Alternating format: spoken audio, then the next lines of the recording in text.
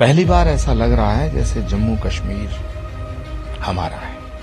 बेटियों का भी बंटवारा हो गया। ये बंगाल की बेटी है, ये आसाम की बेटी है, ये उत्तर प्रदेश की बेटी है, ये महाराष्ट्र की बेटी है। अरे भाई, ये बंगाल की और उत्तर प्रदेश की बेटियों में बेटियों को मत बांटो। ये भारत की बेटी का बलात्कार हुआ है। ममता बनर्जी जो बोल रही हैं और जो उनकी हुकूमत कर रही है, उससे ये अब स्पष्ट हो गया कि पहले लगता था कि दाल में कुछ काला है, लेकिन अब मुझे लगता है कि पूरी की पूरी दाल काली है, जिसमें 370 हटाने का फैसला बहुत बड़ा फैसला था। बिल्कुल केस ले लिया गया है, ना उनकी पुलिस वहां पर जाएगी ना कोई जाएगी। देखिए, वेस्ट बंगाल की जो सरकार है, ममता दीदी की जो सरकार है, उस सरकार के रवैये ने और फैसलों ने और उस सरकार के तमाम जो कर्ता धर्ता हैं, उनके जो बयान आए हैं, उन कारनामों से ऐसा लगता है कि दाल में काला है। ममता बनर्जी जो बोल रही हैं और जो उनकी हुकूमत कर रही है, उससे यह अब स्पष्ट हो गया कि पहले लगता था कि दाल में कुछ काला है, लेकिन अब मुझे लगता है कि पूरी की पूरी दाल काली है। किसी को बचाने की कोशिश हो रही है, कुछ बहुत बड़ा है जिसको छुपाने की कोशिश हो रही है।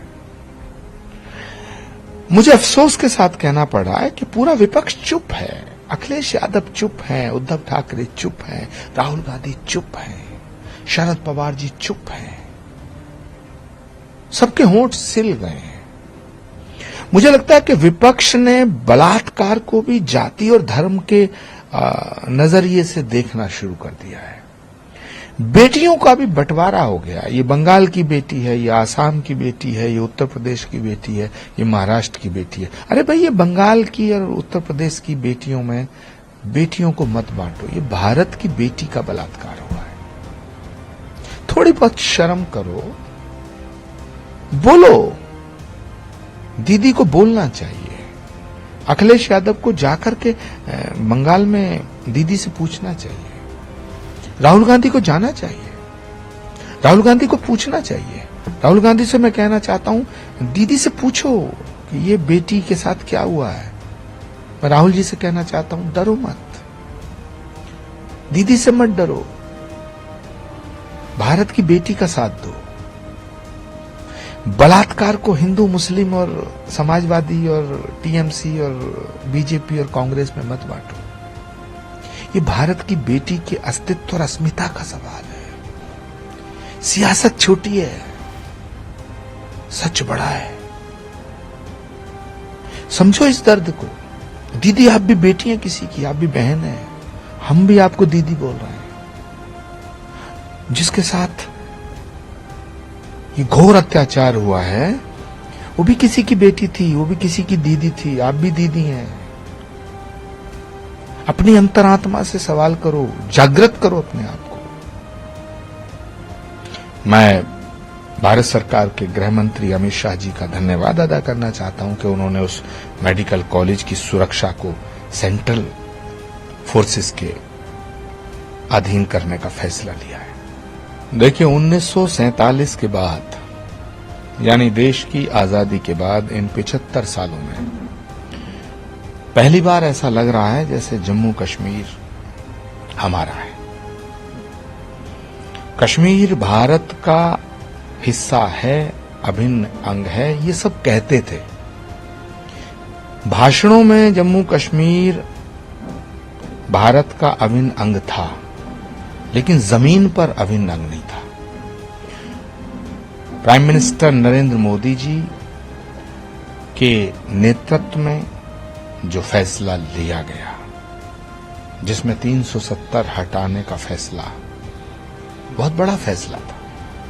370 हटाने के बाद आज ऐसा लग रहा है जैसे कश्मीर अब हमारा है। जमीन पर कश्मीर भारत का अभिन्न अंग अब बना है। इससे पहले भाषण में था, स्टेटमेंट्स में था। तो कश्मीर को भारत का अभिन्न अंग बनाने के बाद ये पहला चुनाव हो रहा है और आप इसके रिजल्ट देखना। कश्मीर की जनता, जम्मू कश्मीर की जनता, मुझे लगता है नरेंद्र मोदी जी के नेतृत्व का समर्थन करते हुए वोट देगी। जम्मू कश्मीर के जो परिणाम आएंगे वो चौंकाने वाले परिणाम आएंगे। जो देशभक्त होगा, जो भारत की एकता को वोट देगा, वो बीजेपी का समर्थन करेगा। हर एक देशभक्त जम्मू कश्मीर को जो भारत का अभिन्न अंग मानेगा, वो बीजेपी का समर्थन करेगा, नरेंद्र मोदी का समर्थन करेगा। तीसरा सवाल है कर्नाटका से है। पूरा स्कैम को लेकर जो है गवर्नर ने ग्रांट कर दिया है, जो प्रोसिक्यूशन है सिद्धरामैया के खिलाफ, मगर कांग्रेस का कहना है कि ये एक तरह से बदला लिया जा रहा है। क्योंकि कांग्रेस एक ऐसी पार्टी है कि अपने 60-62 साल के भ्रष्टाचार को छुपाना चाहती है। देश की सत्ता के सिंहासन पर बैठ करके जो देश को लूटा है, उसकी एक एक पाई का हिसाब देना पड़ेगा आपको, एक एक पाई का।